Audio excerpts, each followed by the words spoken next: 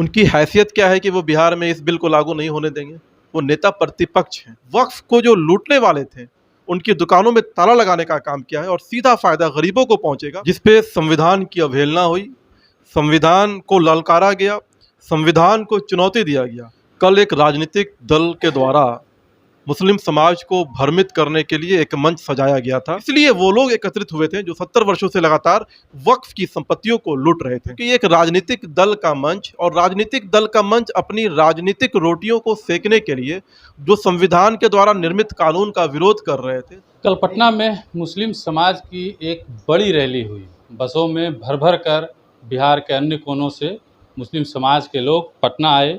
Marine drive से लेकर गांधी मैदान तक का पूरा इलाका जो है करीब 5 घंटे जाम रहा। मुस्लिम समाज ने यूं कहे तो अपनी एकता का प्रदर्शन कर दिया है। अब इसको लेकर के बीजेपी की क्या प्रतिक्रिया है, इसको जानने हम अभी पहुंचे। हमारे साथ बीजेपी के प्रदेश प्रवक्ता, मीडिया प्रभारी दानिश इकबाल जी हैं। डर तो लग रहा होगा एकता देख के। कल का जो मंच था वो संविधान विरोधी ताकतों का मंच था। कल एक राजनीतिक दल के द्वारा मुस्लिम समाज को भ्रमित करने के लिए एक मंच सजाया गया था, जिसपे संविधान की अवहेलना हुई, संविधान को ललकारा गया, संविधान को चुनौती दिया गया। वक्फ अमेंडमेंट बिल 2025 का कानून इस देश के सदन ने पास किया और सदन संविधान से चलता है। संविधान की अवहेलना करना, संविधान को ललकारना इस देश के संविधान का अपमान है। ये वही लोग हैं जिन्होंने कुछ दिन पहले बाबा भीमराव अंबेडकर जी का अपमान किया, लगातार संविधान का विरोध कर रहे हैं और मुस्लिम तुष्टीकरण और मुस्लिम सांप्रदायिकता की राजनीति को बढ़ावा देने के लिए ये लोग संविधान का विरोध कर रहे हैं। लेकिन देश का जो आम मुसलमान है, देश का जो गरीब तबका है मुसलमानों का, वो संविधान से बंधा हुआ है, वो संविधान से चलना जानता है। और अब देश के अंदर सामाजिक न्याय के आधार पर मुस्लिम समाज के जो पिछड़े हैं, अति पिछड़े हैं, शोषित है, वंचित है, पसमानदा समाज है, वो मुख्य धारा में जुड़ना चाहता है। वो अपीजमेंट का शिकार होना नहीं चाहता है, बल्कि सामाजिक न्याय के आधार पर अपने हक और हकूक़ को चाहता है। और ये हक और हकूक़ इस देश में प्रधानमंत्री नरेंद्र मोदी ने अलग अलग जन कल्याणकारी योजनाओं के माध्यम से हो या वक्फ अमेंडमेंट बिल को कानून बना करके, जो वक्फ का उद्देश्य था कि इस देश के जो यतीम हैं, बेवा हैं, मिस्कीन हैं, गरीब हैं, उन तक पहुँचाया जाए। सीधे तौर पर वक्फ का जो कानून नया बना है उसके माध्यम से वक्फ को जो लूटने वाले थे उनकी दुकानों में ताला लगाने का काम किया है और सीधा फायदा गरीबों को पहुंचेगा। इसलिए वो लोग एकत्रित हुए थे जो 70 वर्षों से लगातार वक्फ की संपत्तियों को लूट रहे थे। कल की जो रैली थी वो कहने को तो वक्फ संशोधन विधेयक के खिलाफ था, लेकिन उस मंच पे महागठबंधन के तमाम बड़े नेता भाषण दिए। तेजस्वी यादव ने तो यहाँ तक कह दिया कि हम किसी भी कीमत पर बिहार में इस बिल को लागू होने नहीं देंगे। उनकी हैसियत क्या है कि वो बिहार में इस बिल को लागू नहीं होने देंगे। वो नेता प्रतिपक्ष हैं और आने वाले समय में भी वही लोग, जिन लोगों को सीधे इस बिल से फ़ायदा पहुंच रहा है, सत्ता में कभी भी तेजस्वी यादव या लालू प्रसाद का कोई भी प्रतिनिधि सत्ता में नहीं आने जा रहा है।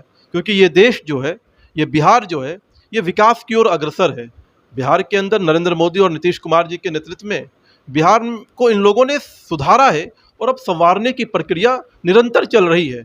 बिहार के अंदर इंफ्रास्ट्रक्चर हो, लॉ एंड ऑर्डर हो, पुल्स हो, रोड्स हो, एयरपोर्ट्स हो, इंडस्ट्रीज़ आ रहे हैं, एम्स का निर्माण हो रहा है, यूनिवर्सिटीज़। बिहार के अंदर आज सभी ज़िलों में जो है मेडिकल कॉलेजेस हैं। 2005 से पहले एक भी कॉलेज नहीं हुआ करते थे, आज इंजीनियरिंग कॉलेजेस हैं। तो बिहार को जो सुधारने का काम एनडीए ने किया है वो लगातार संवारने का भी काम करेंगे। और इसलिए जो बिहार की आवाम है, ख़ासकर जो पसमानदा समाज है, वो पूरी तरह से एनडीए के साथ है। क्योंकि उनको ये दिखता है कि उनके लिए अगर किसी ने काम किया है सामाजिक न्याय के आधार पर, तो वो भारतीय जनता पार्टी और एनडीए की सरकार ने ही किया है। आप पसमानदा समाज की बात करते हैं, काफ़ी संख्या में पसमानदा समाज की आबादी बिहार में है, तो जो बसों में भर भर के आए वो किस समाज के थे? कल जो लोग उस मंच पर थे, मैंने कहा कि वो एक राजनीतिक दल के राजनीतिक कार्यकर्ता थे। उनको आम मुसलमान या जो आम जनमानस है पसमानदा समाज, उसकी शक्ल में देखना जो है मुनासिब नहीं है। क्योंकि ये एक राजनीतिक दल का मंच, और राजनीतिक दल का मंच अपनी राजनीतिक रोटियों को सेकने के लिए जो संविधान के द्वारा निर्मित कानून का विरोध कर रहे थे, तो इससे अंदाज़ा लगाया जा सकता है कि वो सभी संविधान विरोधी ताकतें एक साथ वहाँ पे खड़ी थीं। मतलब आप ये कह रहे हैं कि वक्फ संशोधन विधेयक के नाम पे मुसलमानों को बरगलाया जा रहा है, उन्हें झूठा दिलासा दिलाया जा रहा है। यकीनन जिस प्रकार से मुसलमानों को भ्रम की स्थिति में लाया जा रहा है, जिस प्रकार से उनको झूठी कहानियाँ और नैरेटिव सेट की जा रही है कि आपकी मस्जिदें छीन ली जाएंगी, आपके मदरसे छीन लिए जाएंगे, आपके कब्रिस्तान छीन लिए जाएंगे, ये सरासर झूठ है। ये वही कहानियाँ हैं जब कहा गया कि सीएए कानून के माध्यम से मुसलमानों की नागरिकता छीन ली जाएगी। मैं बहुत जिम्मेदारी के साथ कहता हूँ कि एक भी मुसलमानों को खोज के ले आइए जिसकी नागरिकता छीन गई हो इस देश के अंदर, एक भी मुसलमान को ले आइए जिसको हिंदुस्तान से निकाल दिया गया हो। तो ये वही लोग हैं जो अपनी गंदी राजनीति के लिए कुछ भी भ्रामक चीज़ें इस देश में फैलाने का काम करते हैं। लेकिन अब समाज जो है पूरी तरह से जागरूक है और वो इस बात को जानता है कि संविधान से हमें बंधे रहना है और संविधान के आधार पर ही हमें इस देश में आगे चलना है। कह रहे हैं विपक्षी वाले की बीजेपी को अब जो है डर लग रहा होगा, रात को नींद नहीं आती होगी। डर उन लोगों को लग रहा है जो लगातार चुनाव से पहले निर्वाचन आयोग पर सवाल खड़ा कर रहे हैं और चुनाव के रिजल्ट के बाद जो है ईवीएम को जो है गाली देने का काम करते हैं, ईवीएम पे प्रश्न चिन्ह खड़ा करने का काम करते हैं।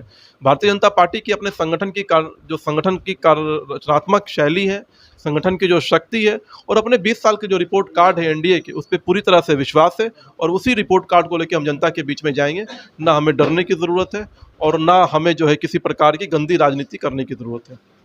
चलिए देखिए, दानिश इकबाल जी को सुन रहे थे, इन्होंने साफ कर दिया है कि ना हमें डरने की ज़रूरत है और ना हमें गंदी राजनीति करने की ज़रूरत है। डर वो रहे हैं जिनको हार का डर है और जो है इस तरीके से मुसलमान समुदाय को भड़काकर बरगलाकर जो है राजनीति वो कर रहे हैं, लेकिन उनका मंसूबा जो है कभी पूरा होने वाला नहीं है। बाद बाकी आप क्या सोचते हैं कमेंट बॉक्स में ज़रूर बताइएगा।